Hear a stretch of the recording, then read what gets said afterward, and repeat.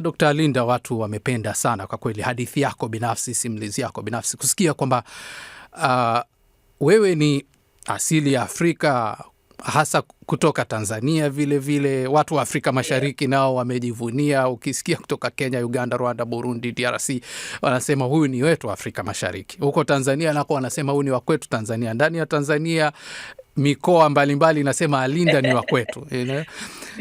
Sasa unafanya kazi kubwa sana na ya muhimu hapo NASA kuhakikisha satellite hazigongani angani. Unawaambia nini watu hawa ambao sasa hivi walikuwa wakisikia habari zako na wanataka kukumiliki kwamba huyu ni mtu wetu? Yeah, I mean, nikisikia habari kama hiyo, ninainama nampa Mungu sifa. Ninainama nampa Mungu sifa na mshukuru. Ndoto yangu na lengo langu kwa watu wote wanaosikia hii habari ni kwamba waweze kuona na kujua kwamba hakuna lisilowezekana. Unaona, mimi ni mtoto ambaye nilizaliwa huku nikakulia nyumbani Tanzania. Mama yangu anatoka Bukoba, babangu anatoka Karagwe, Nyakahanga. Mume wangu ni Msukuma. So ninafurahi sana, ninashangilia ndani ya moyo wangu, ninaona furaha na sifa kuona watu wanavyoshangilia na mimi pia nashangilia nao.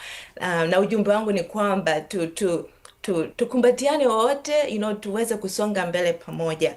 Hawa waliosafiri kwenda angani, ujumbe wao wakawa wanasema walipokuwa kule juu wakawa wanaangalia dunia ilivyo ndogo katika ile bahari jeusi la anga ya nje ya mbali. Ni sayari ndogo ya kipekee, na humo ndiko kuna wanadamu wanakoishi. Ni rahisi sana ukiwa hapa duniani ukaona utofauti huu, lakini wenyewe walivyoona wakiwa huko mbali wakaona kwamba sisi wote, waliita neno earth, you are the crew. Nyinyi watu hapo duniani ndio jumuiya.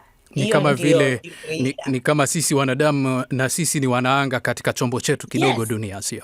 Exactly. That is exactly what they said. And so, tunapoona hiyo, tunaweza kufanya kitu chochote. Tunaweza kusaidiana, tunaweza kubebana, tunaweza kuinuana. Kwa hiyo nashukuru sana napoona tunapojivunia, na pia ujumbe wangu kwa watu wote ni kwamba tuendelee kusonga mbele, tusikate tamaa. Tufanye kazi kwa bidii. Inawezekana. Safari sio rahisi, lakini inawezekana. So nashukuru, ninafurahi sana, na lengo langu na ndoto yangu ni kuona kwamba kama jamii, kama dunia nzima tunaendelea kusonga mbele kufanya kazi njema tuliopewa na Mungu. Mungu ndiye anayetuwezesha yote.